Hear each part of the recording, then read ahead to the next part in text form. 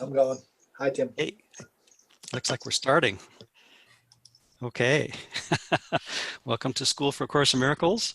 And today's topic is lampooning the ego. I had a lot of fun putting together a talk actually that I gave at Estes Park at a conference about 4 years ago, and on the same subject. So I thought, oh, it's time to revisit that. So this is basically kind of like a very quick overview of how Jesus in his course parodies and lampoons and gently, ever so gently, pokes fun of our investment in the ego. And simultaneously, in almost every page, juxtaposed between showing the insanity of the ego is when we look at it after we complete the first 2 steps of forgiveness with that help, we see the humor in it.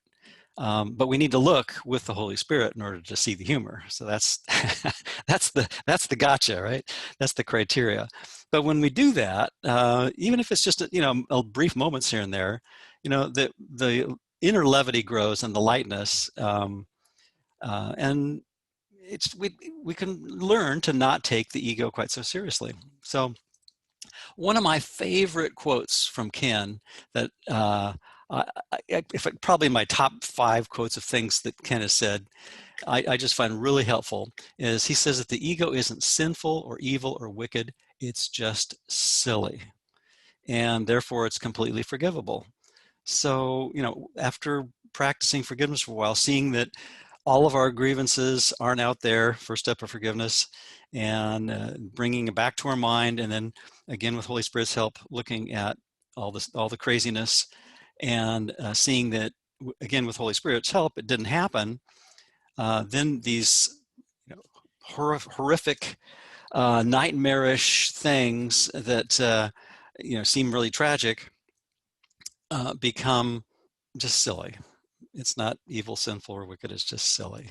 And but we need a lot of practice to to get to that point.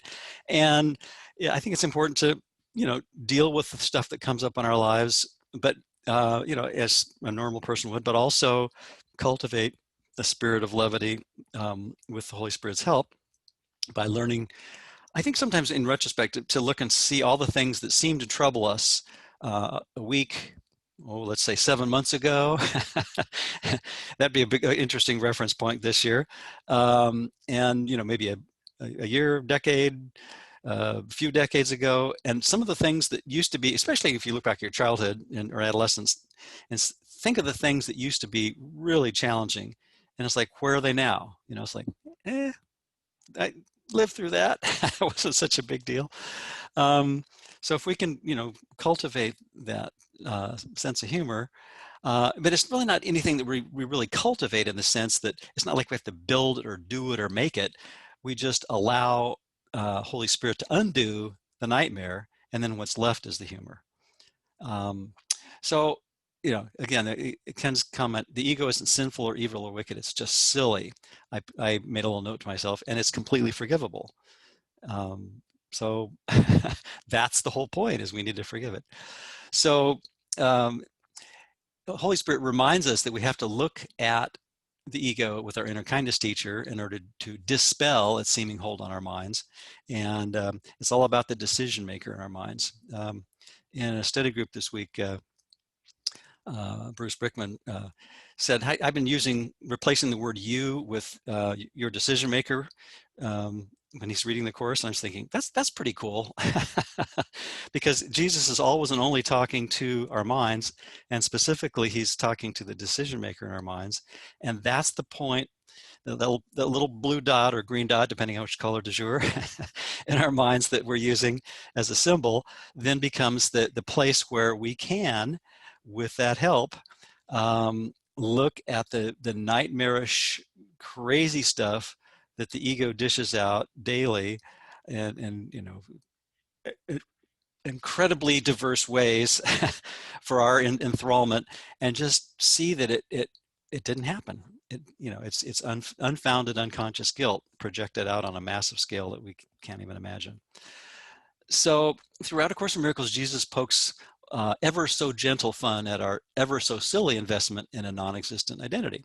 It's maladaptive solution, which is the outer shield of oblivion, projected nightmare multiverse, universe, whatever, of space-time and individuality, to the non-existent problem, the inner shield of oblivion, the insane thought system of sin, guilt, fear, death, cruelty, and specialness.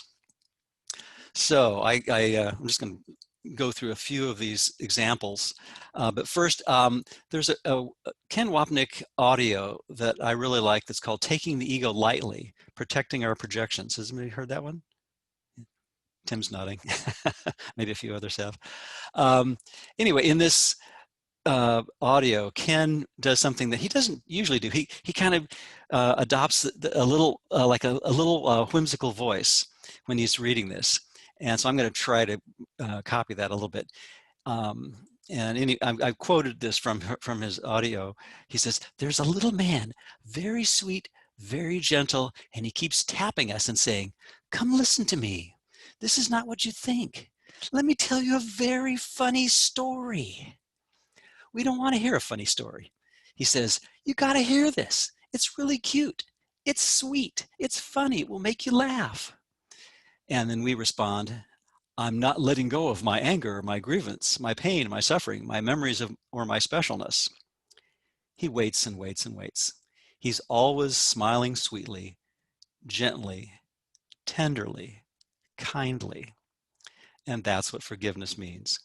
You don't take things personally. You don't let things upset you. How could a world of total unreality upset you? Unless you had an investment in the world of total unreality, being reality." Anyway, I just think that's a great quote and a great reminder. It's like, there's this little voice that's saying, it's just silly. It's a funny little story you're telling yourself. But because of our dramatic egos, we've blown it into this amazingly sophisticated, holographic, 3D projected movie called space-time and individuality and bodies and stuff and quasars to quarks and everything in between.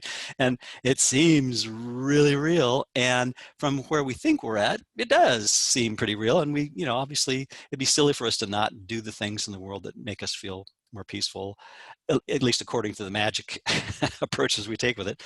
All the while, if we can remember that behind the magic, while we're doing the magic that we think we need to do, there's that little voice that says, this is a funny story. So I try to, like this morning when I walked up to the bathroom mirror, I try to cultivate the habit of saying, wow, there's this infinite spirit that we all have and are and share. And I'm going to, again, today, work on letting go of the belief that I have succeeded in cramming that infinite spirit into this tiny little teensy package called a body. And it's got all these issues and problems and concerns and worries and stuff that it deals with. And just, remember to not take it quite so seriously. So I'm going to start with the thing about taking the ego lightly, that kind of stands out for one of the reasons. It was August of 2013, and it was Ken's last seminar. So this emphasis on not taking ourselves so seriously was like his last message to all of us before he departed in December of 2013. Yeah. Okay. Thank you for that context. That's really helpful. Yeah. Yeah, and it did seem like he really exemplified that and not taking it quite so seriously. I mean, you can tell it. I never quote unquote in person met Ken, but I've listened to enough of his audios and videos and read enough of his books that you can it comes across that he didn't really seem to take that too seriously. Yeah, thanks. I'm going to start reading a few of the quotes from the text that, and then I'll go through the workbook and the manual, and just some hand-picked quotes that I think give examples of how there's a tremendous sense of humor in the Course. And again, from the ego's perspective, it's the dark hooded figures, who look down in solemnity, making sure eyes don't meet, in this funeral procession kind of mindset. That's the ego's, that's what egos do. And yet the Holy Spirit says, you know, take off that hooded funeral garb and see that beyond that, by forgiving, there's a whole different reality available, and that reality is one of peace and consistent comfort that makes the ego's drama just seem ridiculous. I was also thinking about the classic images of the smiling and frowning faces that you see in theaters and that sort of thing. And I think in his course, Jesus takes those two ideas and juxtaposes them throughout the course, typically in each section of the text, for example, and most workbook lessons and a lot of other places, and lampoons the ego and mincing no words, sometimes in gory Halloween, to the max detail, and then juxtaposes that with the peace that's possible behind that, the gentle, sweet, kind perspective that can look at that and say, wow, what an amazing production. But it's a production. It's a movie. It's an incredibly vivid, photorealistic 3D holographic movie that we all seem to have bought into. So here's a quote from chapter 2 in the text. The acceptance of the atonement by everyone is only a matter of time. This may appear to contradict free will because of the inevitability of the final decision, but this is not so. You can temporize, and you are capable of enormous procrastination. But you cannot depart entirely from your creator, who set the limits on your ability to miscreate. An imprisoned will engenders a situation which, in the extreme, becomes altogether intolerable. Tolerance for pain may be high, but is not without limit. Eventually, everyone begins to recognize, however dimly, that there must be a better way. So there's at least a couple places I've got bold-faced that it's like he's lampooning the ego, just saying, you can really procrastinate. Man, you're good at that. what talent you have, And then eventually no matter how dimly, no matter how much we try to block it out, so that the light that gets through the cracks in our mind is going to seep through, and we'll decide, oh, yeah, okay, maybe I'll give that a try. Would you know what section that was in chapter 2? Yeah, let me back up the slide. Let's see here. Where did I put that? Okay, it's section 3, paragraph 3 in chapter 2. Yep. Thanks. Yeah. And then here's chapter 3, section 5, paragraph 3. Here's another one. Again, I had little smiley faces in my book for years, and I thought I'll just gather all these together and make a little, collection of my favorite. I kind of like to think of it as sort of like the infinitely benevolent version of a Don Rickles or a Rodney Dangerfield, doing a celebrity roast of the ego. And he's not condemning or in any way belittling or demeaning or dissing our decision maker. He's just saying that the choice that you have been fairly consistently making with that decision maker is pretty absurd and pretty outrageously silly when you look at it. So here's the one from chapter 3. Knowing, as we have already observed, does not lead to doing. The confusion between your real creation and what you have made of yourself is so profound that it has become literally impossible for you to know anything. If that's not a lampoon, I don't know what is. Impossible for us to know anything because of the schism that we made. Knowledge is always stable, and it is quite evident that you are not. Is he calling us unstable?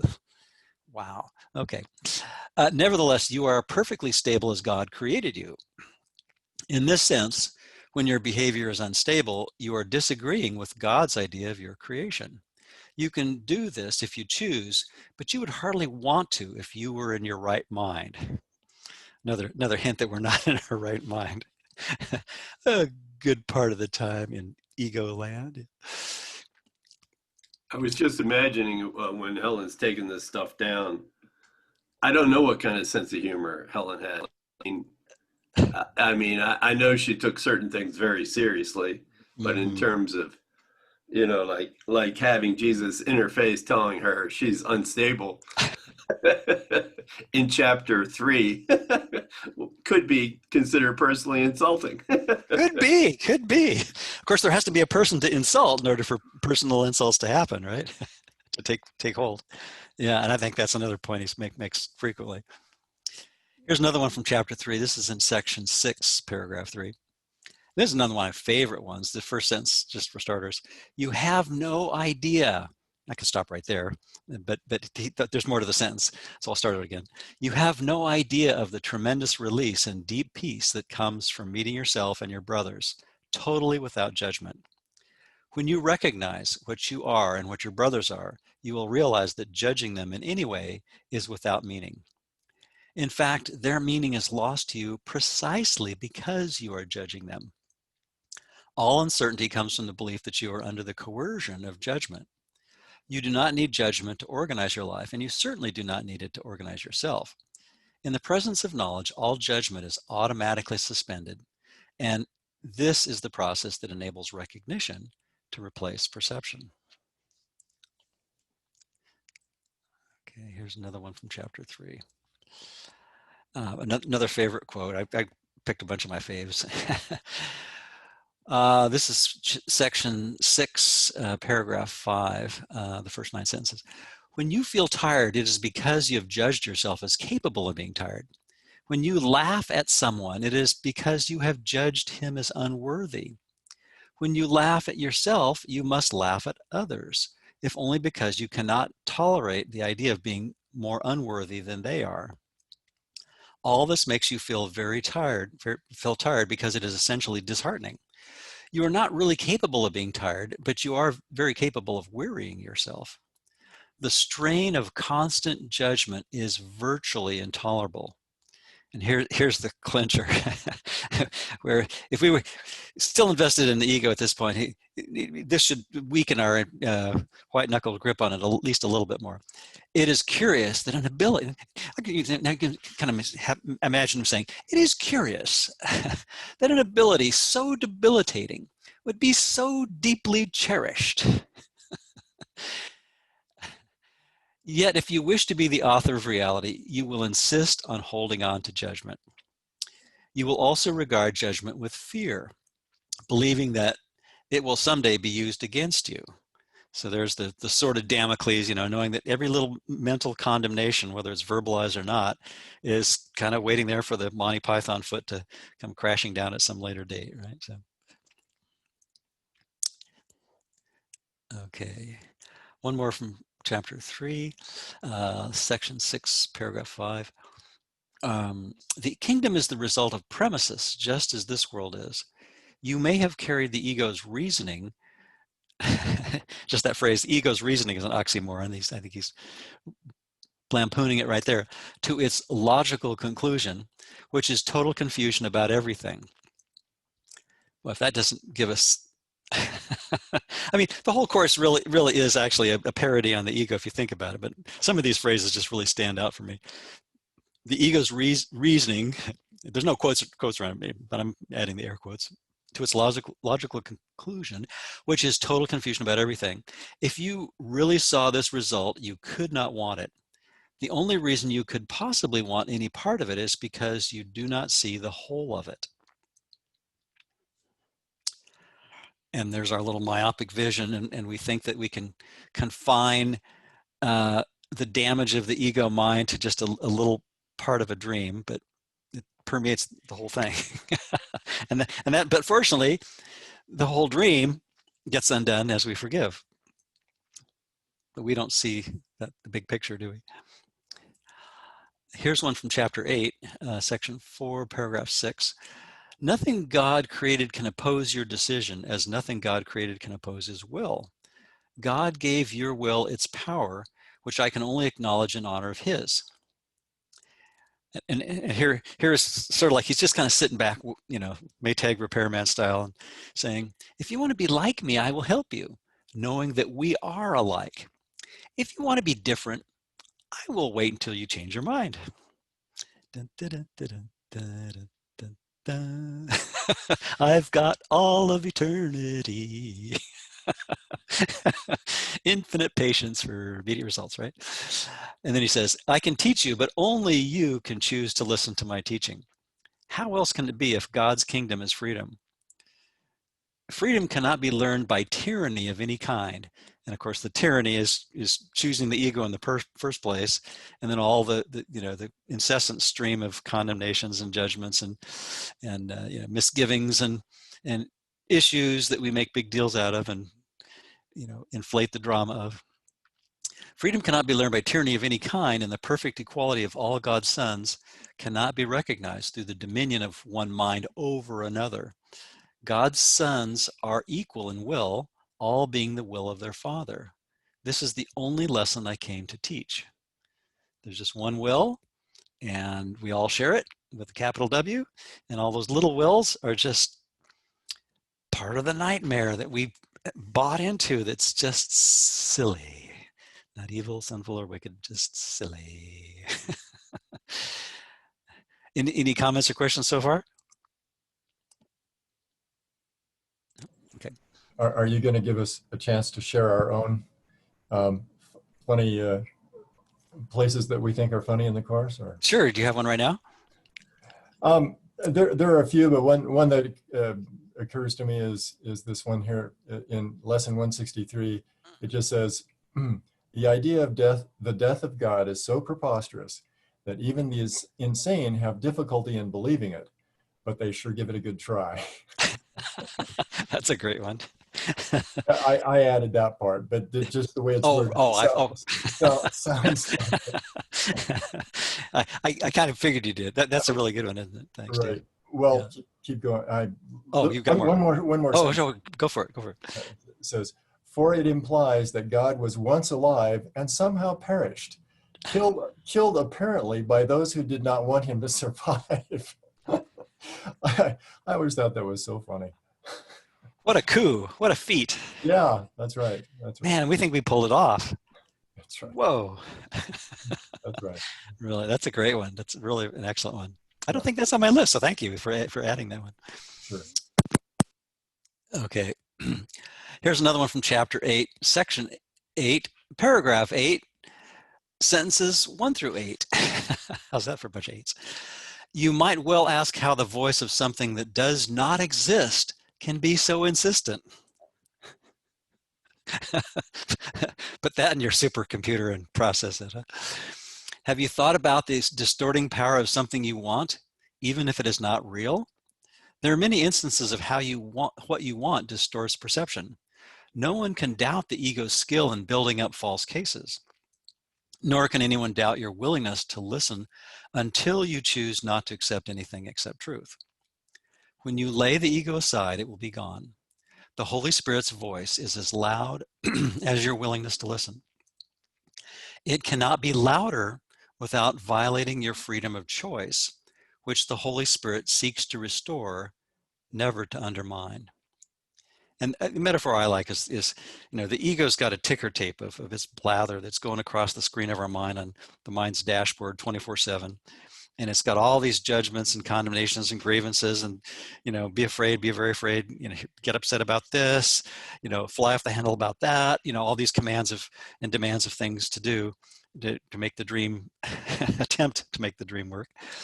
And the Holy Spirit just says, yeah, let's watch that together. But eventually it'll fade away if we just turn the volume down on the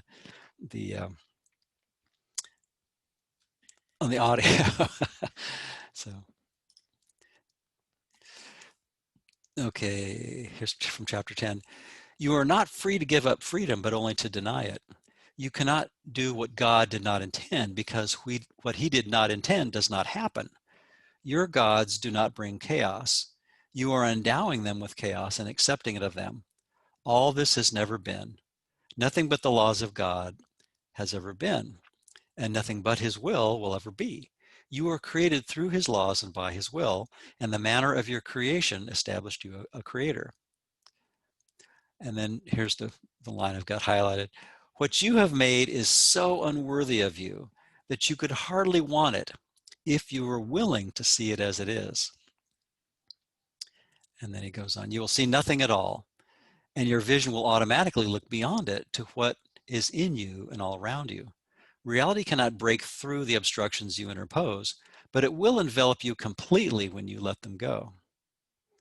So from the tragedy mask that the ego has us wear, all the walls are thick, lead, 1,000 miles thick steel, concrete reinforced, barricades that are impenetrable.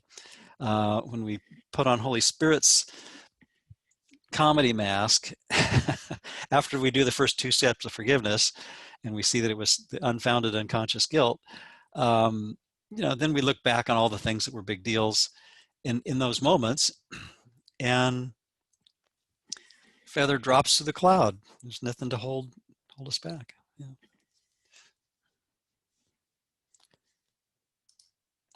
Here's one from chapter 11. Yet what you will, you do not know. Speaking of God's will. This is not strange when you realize that to deny is to not know.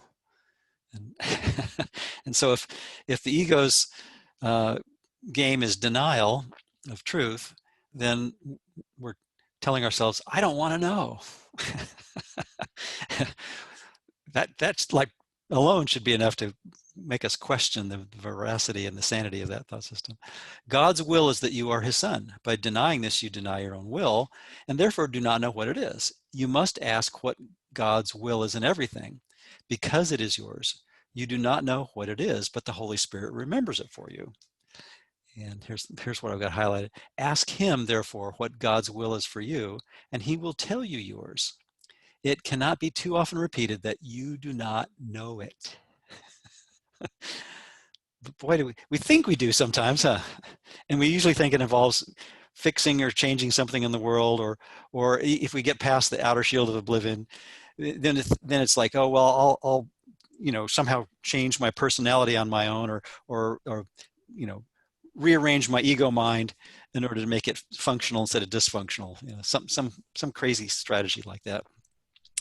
So then he concludes, whenever what the Holy Spirit tells you appears to be coercive, it is only because you have not recognized your will. So of course that inner rearranging would always be trying to shuffle the guilt off into some little cubby hole where it's not seen. And the Holy Spirit just says, yeah, let's pull the guilt out of the closet in whatever form it seems to be taking. And with the light that we share, it's going to vaporize. And then it's just going to be silly. Here's another from chapter 11. Do not underestimate the appeal of ego's demonstrations to those who would listen. Selective perception chooses its witnesses carefully, and its witnesses are consistent. The case for insanity is strong to the insane. That's the one that grabbed me. For reasoning ends at its beginning, and no thought system transcends its source. Yet reasoning without meaning cannot demonstrate anything, and those who are convinced by it must be deluded. Can the ego teach truly when it overlooks truth? Can it perceive what it is denied? Its witnesses do attest to its denial, but hardly to what it has denied. Of course, the denial is the denial of innocence that we all share in truth. The ego looks straight at the Father and does not see him, for it has denied his Son. And there's the projection. Right? In that previous one where you were talking about whenever the Holy Spirit says something to you and it appears to be coercive, Ken's comment was that Helen would hear voices and she wasn't always sure it was Jesus. Sometimes, it could have been her own ego voice trying to tell her to do something, but she always knew it was Jesus' voice whenever he would say something she didn't like and she didn't want to hear. There's the clue, the discomfort. Oh, yeah. There's the clue. It's like, yep. Okay, here's another one. This is from chapter 12, section 5, paragraph 7. Yeah, this I've got most of this underlined and highlighted. I've said that the ego's rule is seek and do not find.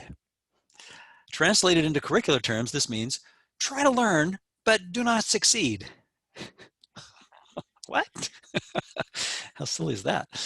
The result of this curriculum goal is obvious. Every legitimate teaching aid, every real instruction, and every sensible guide to learning will be misinterpreted, since they are all for facilitating learning this strange, for the learning this strange curriculum is against. And here we go. If you're trying to learn how not to learn, and the aim of your teaching is to defeat itself, what can you expect but confusion? Such a curriculum does not make sense. The attempt at learning, in air quotes, has so weakened your mind that you cannot love, for the curriculum you have chosen is against love and amounts to a course on how to attack yourself. You know, can you imagine Rodney Dangerfield or Don Rickles using that at the podium? You know, ego celebrity roast? Maybe not. A supplementary goal in this curriculum is learning how not to overcome the split that makes its primary aim believable. Yeah, because when we try to heal the split on our own, we're just going to be like the Sorcerer's Apprentice and keep making more splits, right? And the Holy Spirit says, there never was a split. Here's from chapter 12. You who have tried to learn what you do not want should take heart, for although the curriculum you set yourself is depressing indeed, it is merely ridiculous if you look at it. So, you know, from where we think we're on the dream as egos, you know, it can be damn discouraging and even scary and you know, nerve-wracking. But from, you know, above the battlefield, you know, with Holy Spirit's help, looking down on it after the first two steps of forgiveness, was like, oh, that's a crazy dream battle, but it's you know, it's MGM Worlds and Warner Brothers lifetimes, as Richard Bach said. You know, it's an unfathomably profound dream, but it's a dream. He goes on, is it possible that the way to achieve a goal is not to attain it? Let me think on that one for a while. How silly is that, right? And then, of course, another classic line, resign now as your own teacher. This resignation will not lead to depression. Okay. I guess I could resign as my teacher. It is merely the result of an honest appraisal of what you have taught yourself and of the learning outcomes that have resulted. Under the proper learning conditions, which you can neither provide nor understand, you will become an excellent learner and an excellent teacher. But it is not so yet and will not be so until the whole learning situation as you have set it up is reversed. So we need Holy Spirit's help every step of the way to undo all the, the crazy stuff that we, you know, have set up for ourselves. I like his commentary there that says, which you can neither provide nor understand. I mean, reading that for the first time, I think I probably was quite insulted when I read that. It insults the ego at every turn, doesn't it? I mean, this course is a total lampoon of the ego. But it's the most kind-hearted lampooning imaginable, because it's not lampooning our decision maker. It's just lampooning the setting we've left it on in that, you know, control panel in our mind. we've had it stuck on ego for how many lifetimes, you know, for the most part, and occasionally we just kind of nudge it over to Holy Spirit and say, momentary relief, and then we go, but wow, there must be something else that we're going to get out of this ego thought system. Let's you know, get all the mileage we can out of it, right? So, forgetting that it never has brought us anything vaguely resembling peace. Okay, here's one from chapter 12. You have but to ask for this memory and you will remember. Yet the memory of God cannot shine in a mind that has obliterated and wants to keep it so. For the memory of God can dawn only in a mind that chooses to remember, and that has relinquished the insane desire to control reality. And of course, we're confused about what reality is. We think reality has something to do with space and time and bodies and personas and people and stuff, you know, atoms and energy and matter and all that whole realm of stuff. You who cannot even control yourself should hardly aspire to control the universe. How's that for a declarative statement? But look upon what you have made of it and rejoice that it is not so. And that's, obviously we need the second step of forgiveness with Holy Spirit's help to get there, because if we look on the guilt without the Holy Spirit, after having brought our projections back inside, we're still going to see that we're going to believe with our so-called sight that, it's still a mess. Just turn on the news. In a few days, I'm going to drive through Southern Oregon and see a whole bunch of burnt trees, and Northern California. There's going to be a lot of evidence for a crazy world, and but that's again part of a massive dream that I've chosen to make up. But I can, when I remember, use Holy Spirit's interpretation to see that there's another way of looking at all the craziness, and it's all from my mind. It has nothing to do with anything out there. Okay. Oh, this is another favorite one. This is chapter 13, section 4, paragraph 3. Under the circumstances, would it not be more desirable to have been wrong, even apart from the fact that you were wrong? more subtle and not so subtle hints, right? While it could perhaps be argued that death suggests there was life, no one would claim that it proves there is life. Even the past life that death might indicate could only have been futile if it must come to this, and needs this to prove that it was at all. You question heaven, but do not question this. Yet you could heal and be healed if you did question it. And even though you know not heaven, might it not be more desirable than death? You have been as selective in your questioning as in your perception. An open mind is more honest than this. So he's not only lampooning the ego, he's flat out calling it dishonest, which is true. All of our egos are pathological liars, not just the politicians and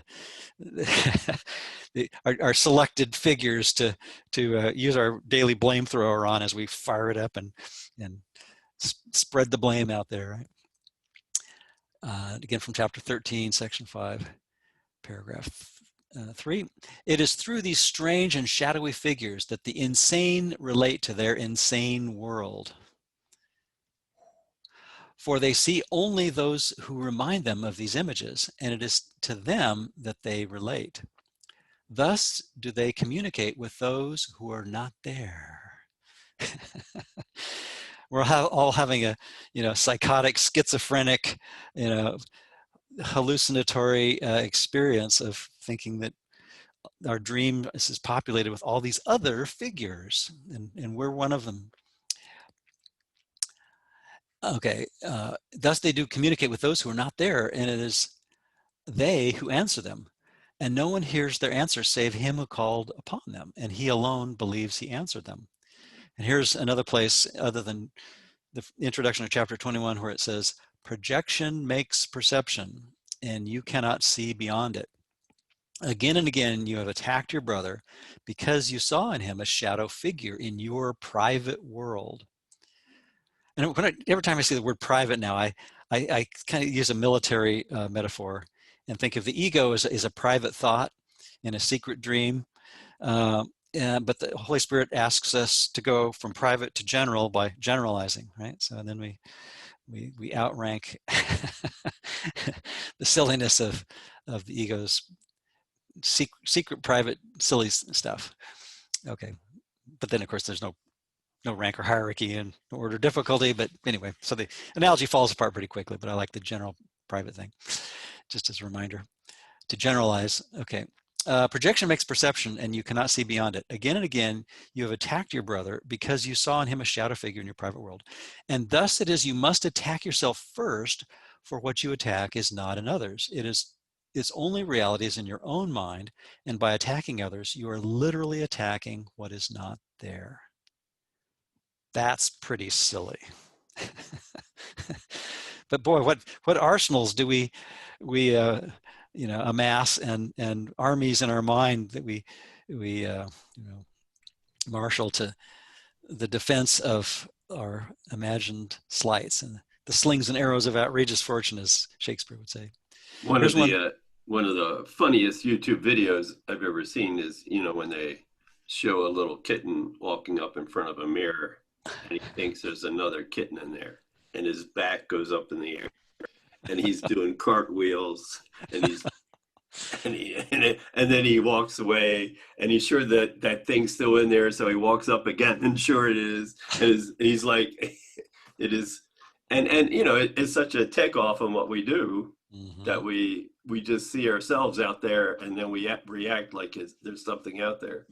But I mean, that's why it's so gut level funny on a scale that's just off the charts, because we're doing it all the time. Exactly. Yeah, and that's a good point. Is, you know, the real humor that is you know, a gentle relief is when we can gently, non-derisively laugh at our own ego, and like you say, Tim, just, you know, look at all the crazy things we do, believing in a silly, seemingly separate self. Huh? Yeah. Hey, Bruce, before you go on, what is the reference to what you just read there? Oh, okay. Let me back up. That is the one with projection makes perception. That's chapter 13, section 5, paragraph 3. Wait a minute. Chapter 13. 13, 5, 3. Okay, 13. Thanks. Thanks. Okay, now in chapter 14, here's one. The Holy Spirit needs a happy learner in whom his mission can be happily accomplished. Now, here's one of these right to the gut punches here of the ego's silliness. You who are steadfastly devoted to misery must first recognize that you are miserable and not happy. And that kind of reminds me of Ken's commentary on lesson 182. He says, you know, the whole point of the course is not to make you miserable. It's to point out how miserable you've made yourself by believing the ego's insanity. And that's our way out. But we have to look at it. In order to get to that happy learner place, we need to really, you know, practice consistently, looking at, you know, throughout the day, all the crazy ways that we keep trying to beat the dead horse and and make it run ego's race, and realize that's just not working. So he goes on, the Holy Spirit cannot teach without this contrast, for you believe that misery is happiness. This has so confused you that you have undertaken to learn to do what you can never do, believing that unless you learn it, you will not be happy. I mean, when you think of the psychology of the insanity of the ego, it really is pretty laughable, but not from where we, you know, if we think we're in the midst of it, it's not going to seem funny, but we need practice letting a little bit of the light in now and then, a little more, and pretty soon it's like, you know, it might be, you know, the begrudging part might, you know, take a little less time each time we look at the ego with Holy Spirit's help, and then we say, oh yeah, I was trying to torture myself again. I was trying to you know, get into the, is this a private fight or can anyone join, you know, battle thing again. Okay, you have undertaken to do what you can never do, believing that unless you learn it, you will not be happy. You do not realize that the foundation on which this most peculiar learning goal depends means absolutely nothing. Yet it may still make sense to you. And that's why we need this. We all need this remedial curriculum here, right? Okay. And Alan, one of the cute little sayings is, I don't have to jump in every fight that I'm invited to. Yeah, exactly. Exactly. Yeah, that's it. And just backing off, even just, you know, one less fight a day of the thousands or hundreds of thousands, however many ego presents to it as this, you know, goading us into these battles. Just, you know, if we can just, you know, uncheck a few of them in our mind's checkbox list and say, no, I'm not going into that one. I saw that one coming. You know, I'm going to speak peace to this, and so it'll speak peace back to me. You know, and then we're a little more peaceful. Here's one from chapter 14, section 2, paragraph 1.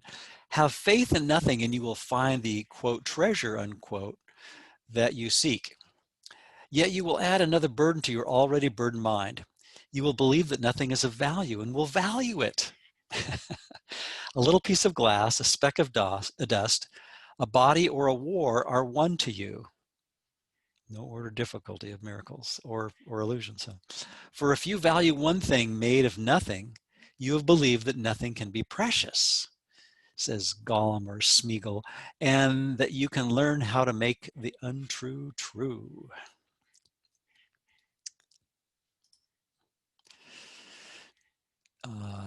Bunch in 14. Here's one more. Section 2, paragraph 1. When you teach anyone that truth is true, you learn it with him.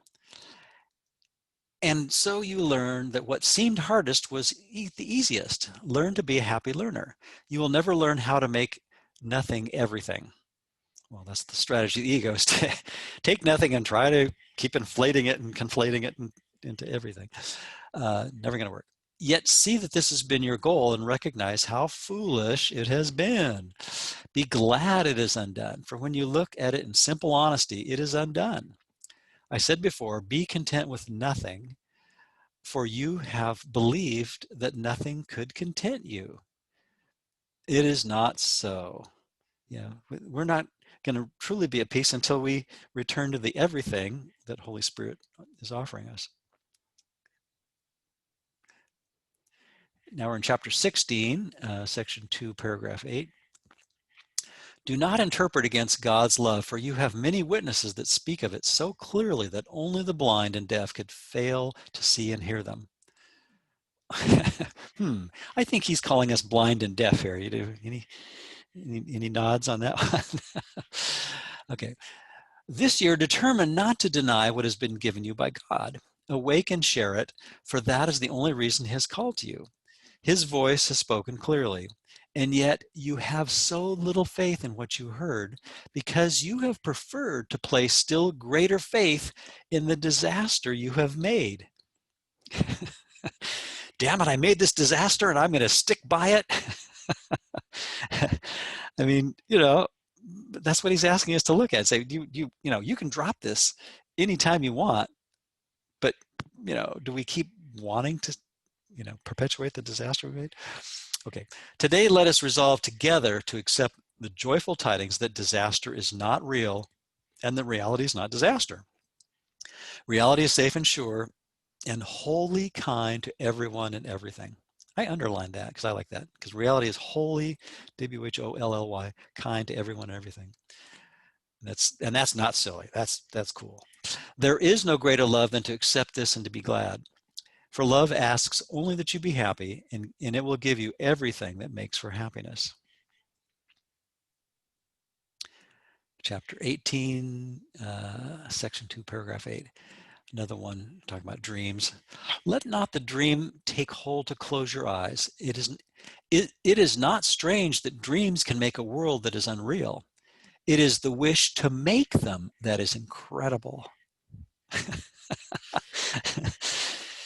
We want to make dreams real. Now that's again the secret dream, right? That we wanted to make up a world to hide out from our unconscious unfounded guilt because we thought we pulled it off, in some fashion or another. We must have thought it happened.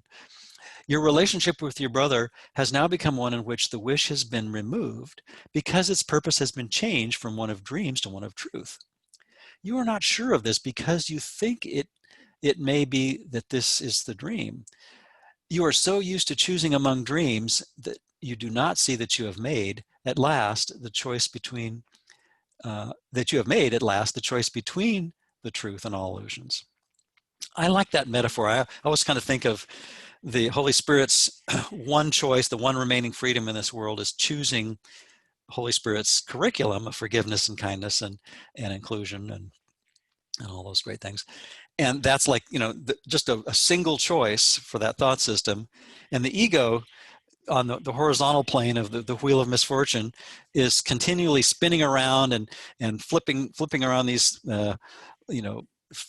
fiat coins of special love, special hate, of tragedies and it's craziness that rotate around. We keep thinking that there's something in the dream that's going to do it for us, but he says, the choice between the truth and all illusions. So everything around that wheel of misfortune is just silly. It's not the thing itself, it's the belief in it, the belief that we took seriously. Bruce, what's a fiat coin? Oh, fiat is like, bogus, invalid, fraudulent, something like that. I'd have to look up in the dictionary, but I think that's what fiat means, in relation to. Flipping them around, like. Well, in other words, special love, special hate, we get invested in, oh, this is going to make me happy, and then it disappoints. And then, okay, well, let's go to the next coin, so it's basically, a currency of this isn't going to work, but I'm buying into it. I'm investing, tip of the hat to. I like your metaphors. I wanted to make sure I understood. Yeah. That's just, it's like we keep bartering and bargaining, and, the art of the ego's deal is basically all these special love, hate, things that keep flipping and flopping. And then we realize that's not making me happy. Why do I keep doing that? And so that's why Holy Spirit needs to keep, lampooning that crazy strategy. Yeah. Here's another from chapter 18, section 4, paragraph 7. It is this that makes the holy instant so easy and so natural. You make it difficult because you insist there must be more that you need do. And this is the Rodney Dangerfield, Don Rickles, archetype to the T here, but the kind-hearted one, right? Okay, you make it difficult because you insist there must be more that you need do.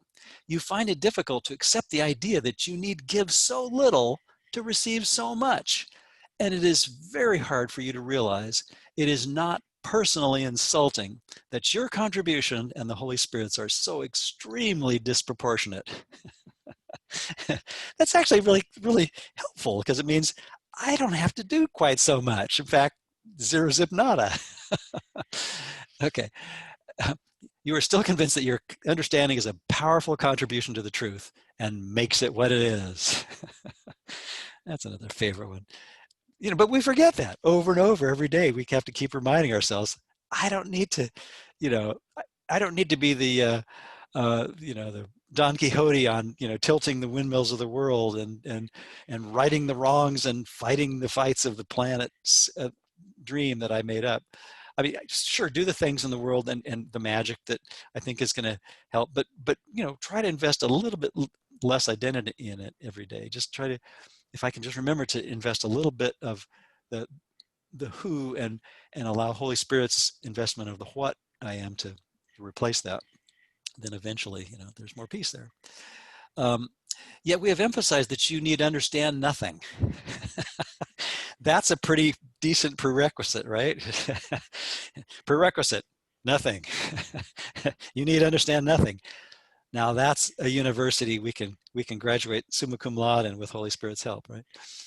Salvation is easy just because it asks nothing you cannot give right now. Sigh of relief, right? Yeah, I have to give up trying to understand how life would be without time and space. It's like a fish trying to understand how it would be to be outside the fishbowl. Well, he's going to first start gagging. He doesn't have any legs to walk around, and then he dies. So, with us, it's like, well, wait, how do we actually conceptualize without time and space?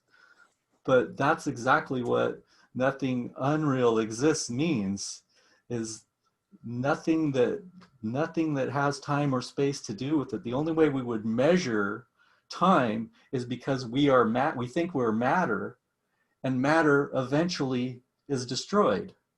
So without matter, time is meaningless.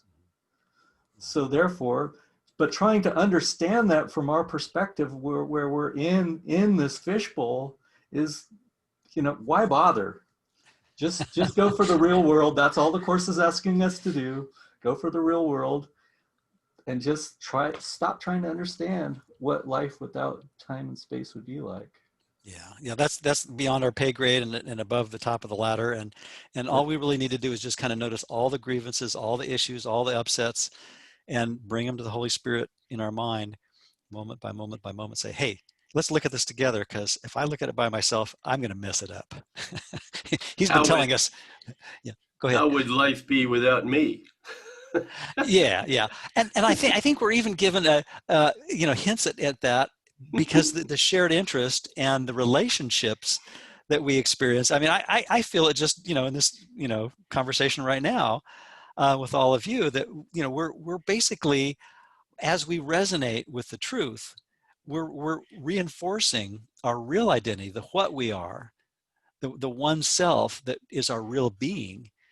And that's a wonderful feeling and a wonderful awareness that the ego has no vocabulary for. There's nothing there. And so when the seemingly separate self, the silly seemingly separate self, is systematically dismantled by forgiveness, what's as the ego is ramping down, Holy Spirit is ramping up. Can I mention an X shape graph kind of thing, and it's not linear, of course, but that's kind of how I like to picture it. Is our real identity is the what we are that we all share, and every time we have an experience of true forgiveness and true kindness and a true allowing Holy Spirit to guide our minds, we're establishing that real identity, this total inclusion, total sharing, total innocence, and that is peaceful, and that builds that those little moments of peace build and accumulate, and eventually we'll get to the top of the proverbial metaphoric ladder, and God will take the final step. But like you were saying, Ross, we don't have to concern ourselves with what reality beyond space and time is going to be like, because we can't go there. We don't have the equipment for that, but Holy Spirit does, and Holy Spirit will take us to that threshold, and then we won't need to do anything because it'll be done for us. We got the deluxe ticket where we just show up and the whole thing is presented for us for our appreciation and enjoyment. Anything else before I read a few more? I think as long as it's a round trip ticket. Says the ego, right? Yeah. Of course, the round trip would be going from everything back to nothing. Wait a minute. What? Yeah, else? This discussion sort of reminds me of what Ken Wapnick would take a metaphor of a lake as our consciousness. He would say, just swim across the lake. Don't dive into our consciousness. Don't get involved in the world. Just swim across. Go to the other side. Right. I think I remember that audio, and he says, yeah, and we've been how many lifetimes with our scuba gear trying to examining all the dark stuff at the bottom of the lake, And he says the goal was to get across the lake, or maybe like Gilligan's Island, a 3-hour tour that we turned into how many billions of years. Okay. So here's another good lampoon. Chapter 18, section 8, paragraph 3. Within this kingdom, the ego rules, and cruelly. To defend this little speck of dust, it bids you fight against the universe. And I'm thinking of if anybody's seen Horton Hears a Who, there's some great metaphors in that little Dr. Seuss movie. This fragment of your mind is such a tiny part of it that could you appreciate, but appreciate the whole, you would see instantly that it is like the smallest sunbeam to the sun, or like the faintest ripple on the surface of the ocean. In its amazing arrogance, this tiny sunbeam has decided it is the sun. This almost imperceptible ripple hails itself as the ocean. Think how alone and frightening is this little thought, this infinitesimal illusion, holding itself apart against the universe. The sun becomes the sunbeam's enemy, in quotes, that would devour it, and the ocean terrifies the little ripple and wants to swallow it. I think he's calling us not only, little infants, but tiny little infinitesimal, infinitely small infants, in a dream, battling this big bad universe. But it's a dream. Okay, still more from 18, section 8, paragraph 13. You have reached the end of an ancient journey, not realizing yet that it is over. You are still worn and tired, and the desert's dust still seems to cloud your eyes and keep you sightless. Yet he who welcomed has come to you and would welcome you. He has waited long to give you this. Receive it now of him, for he would have you know him. Only a little wall of dust stands between you and your brother. Blow on it lightly with happy laughter, and it will fall away. And walk into the garden love has prepared for both of you. Again, the emphasis on the relationship of the interconnectedness and the oneness that, and the, you know, certainly the sameness that is the threshold to the oneness that Holy Spirit asks us to consider. And then the, you know, the massive barriers in our mind that seem so daunting to the ego, seen from the Holy Spirit's perspective, are just this, you know, cloud of dust, vaporware, nothing. Walk right through it. Okay. Let's see. Okay, here's from chapter 19. I'm just going to read, since we're kind of I have a whole bunch more to share, but I'm going to skip through just the parts that I've highlighted, because there's a lot more there I could share. This is the first obstacle, and which we're currently reading in other classes in the School of Course in Miracles. The first obstacle, the desire to get rid of it. The first obstacle that peace must flow across is your desire to get rid of it. If that isn't an ego lampoon, I don't know. Pretty silly that we'd want to get rid of peace, but that's what we need to look at, right? Okay, here's from chapter 22, jumping ahead a bit. You have not realized it is impossible to understand what fails entirely to reach you, which is to say, yeah, our egos never had any effect. They're idle thoughts. Your ego's thoughts. You have received no messages at all you understand, for you have listened to what can never communicate at all. Wow. Think then what happens. Denying what you are and firm in the faith that you are something else, this, quote, something else, unquote, that you have made to be yourself becomes your sight. Yet it must be the, quote, something else, unquote, that sees and, as not you, explains its sight to you. So we made up a non-existent self, and then we ask that self to explain the mysteries of the dream to us. Good luck with that, right? But that's what we do. I mean, so when we watch ourselves doing that, I think that's the point of all this lampooning, is to be gentle and patient with ourselves when we see ourselves throughout the day doing all that crazy stuff and saying, oh, here I go again, making a big deal about, you know, X, Y, or Z, you know, grievance A, grievance B, or grievance C. And to say, I must have been afraid of the peace that's behind that. And that's okay. I mean, eventually I'll tire of that, and I'll want that peace more routinely. Hey, Bruce. Yeah. Could you say then, you know, like that at some point that being able to laugh at it is some form or proof of healing, or it's healed by the very fact that we can laugh at it? Well, it's really, it's not, yes, I think only if it's not a derisive laugh. I mean, because the ego can laugh derisively at a lot of things in subtle and not so subtle ways. But when it's like this kind of gentle relief, it's like, oh, wow, that was nothing, you know, but those moments are usually few and far between, but they can be more frequent when we, you know, begin to just notice when we get upset, and then when we catch ourselves.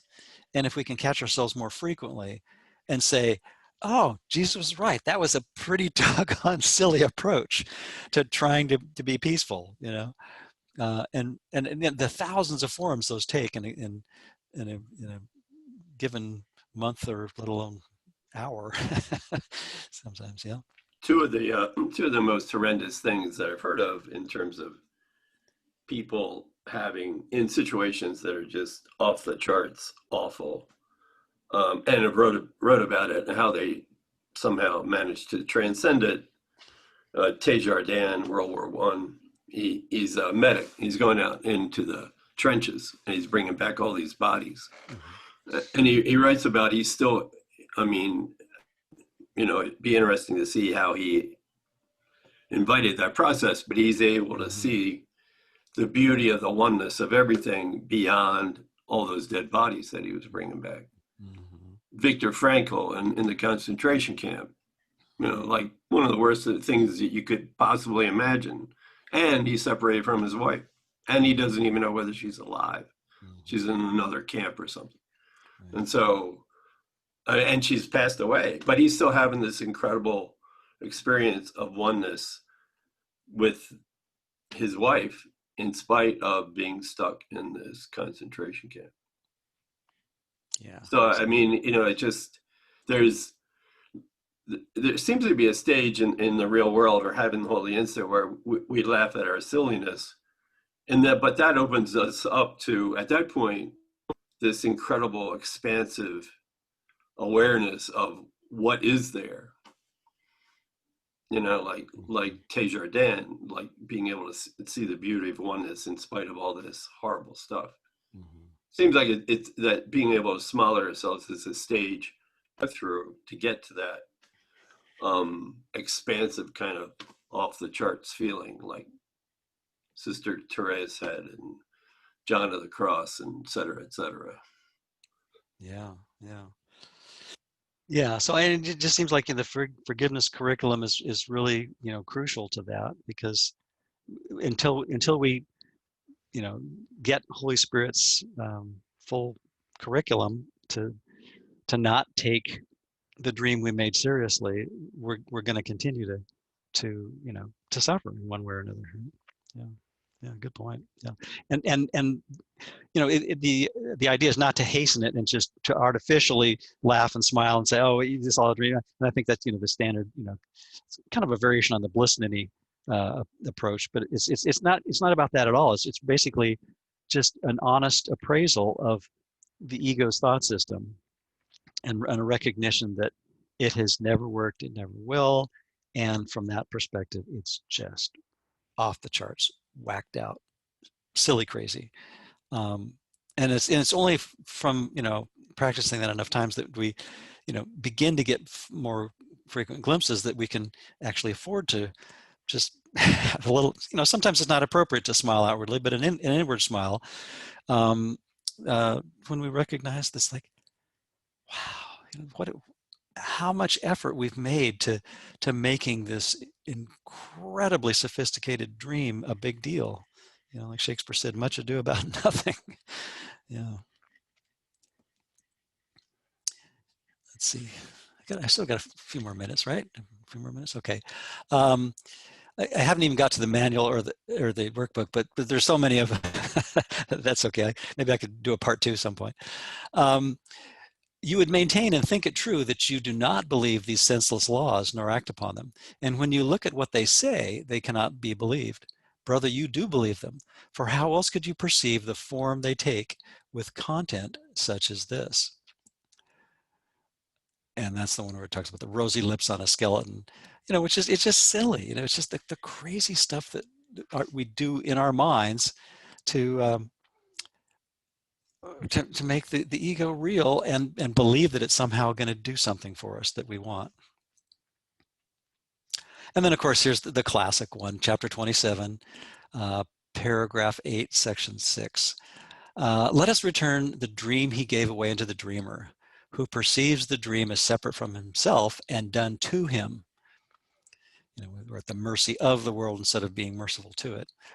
Into eternity, where all is one, there crept a tiny mad idea at which the Son of God remembered not to laugh. In his forgetting did the thought become a serious idea and possible of both accomplishment and real effects. Together we can laugh them both away and understand that time cannot intrude upon eternity. It is a joke to think that time can come to circumvent eternity, which means there is no time. And that's probably one very familiar to most course students. and then another favorite, chapter 28, section 1, paragraph 7. Remember nothing that you taught yourself, for you were badly taught. And I'm going to wrap up with one more here that's from the text. Seek not outside yourself. This is chapter 29, section 7, paragraph 1. Seek not outside yourself, for it will fail, and you will weep each time an idol falls.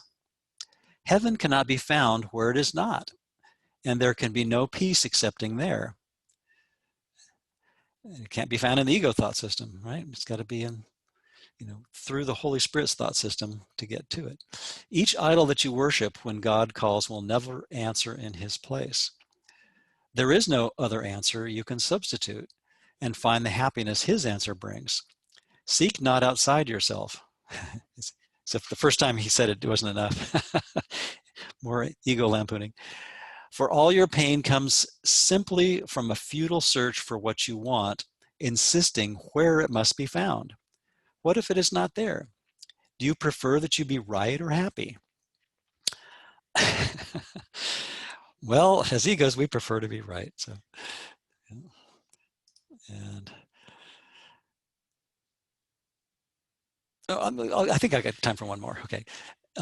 No one who understands what you have learned, how carefully you learned it, and the pains to which you went to practice and repeat the lessons endlessly in every form you could conceive of them, could ever doubt the power of your learning skill. There is no greater power in the world. The world was made by it, and even now depends on nothing else. The lessons you have taught yourself have been so overlearned and fixed, they rise like heavy curtains to obscure the simple and the obvious. Say not you cannot learn them, for your power to learn is strong enough to teach you that your will is not your own, your thoughts do not belong to you, and even you are someone else. That sounds pretty silly to me. Okay, anybody else have any other favorites? Bruce, where's that last one from? Oh, the last one was chapter 31, section 1, paragraph 3. Thank you. Sure. And one more for the same chapter, section 4, paragraph 7. This is kind of like, poking fun at the ego's logic. Think not that happiness is ever found by following a road away from it. This makes no sense and cannot be the way. To you who seem to find this course to be too difficult to learn, let me repeat that to achieve a goal, you must proceed in its direction, not away from it. What a concept. But he's asking us to laugh at not at our decision maker that has the capacity to choose the thought system of kindness and forgiveness and inclusion, but at the thought system that denies all that and leads away from the peace, at every turn. And every road that leads the other way will not advance the purpose to be found. If this be difficult to understand, then this course is impossible to learn, but only then, for otherwise, it is a simple teaching in the obvious. Oh, and then there's a few more. Anyway, let's see. I had a few notes of things that were in. Let's see. I looked up just for the sake of further research. If anybody wants to search these out, I grabbed a few quotes that I'll finish with two more. But let me just read off some of the other words that I looked up. Crazy is in the course once. Silly 3 times. Travesty 3 times. Parody 5 times. Mock 6 times. Ridicule 9. Laugh 24. Foolish 57.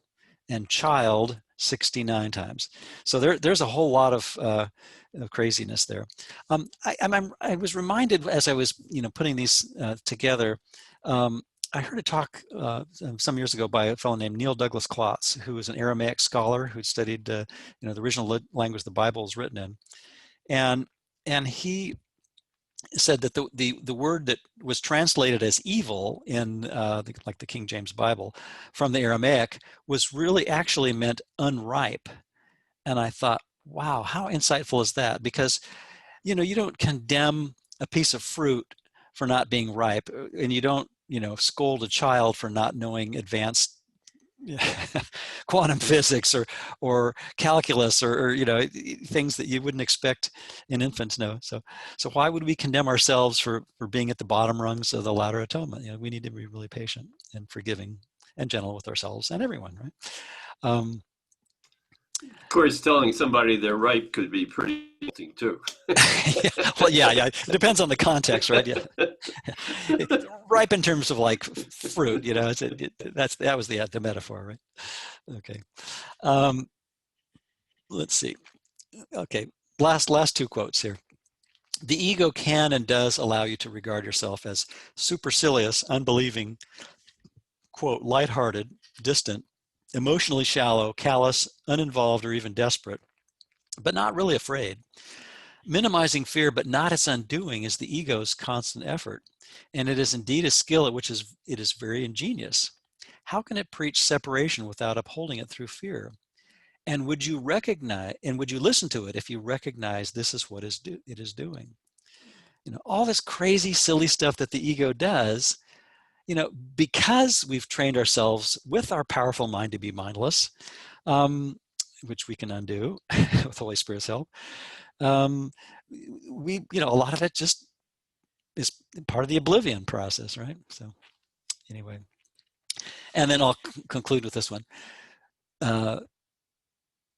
This isn't exactly a meditation, but it's I think a helpful thought. Children, again, the unripe minds that he's asking us to mature through his help, Holy Spirit. Children perceive frightening ghosts and monsters and dragons, and they are terrified. Yet if they ask someone they trust for the meaning of what they perceive and are willing to let their own interpretations go in favor of reality, their fear goes with them. When a child is helped to translate his, quote, ghost into a curtain, his, quote, monster into a shadow, and his, quote, dragon into a dream, he is no longer afraid and laughs happily at his own fear. So anyway, thank you all. Thanks, Bruce. That was Yay. great. Thank you. That Very was good. fun. Thanks, Bruce. Thanks, That was a Bruce. ride. Thank you. Thank All you. right. All right. Great, thank you. Thanks. Especially that last one. Thank you. Thank you.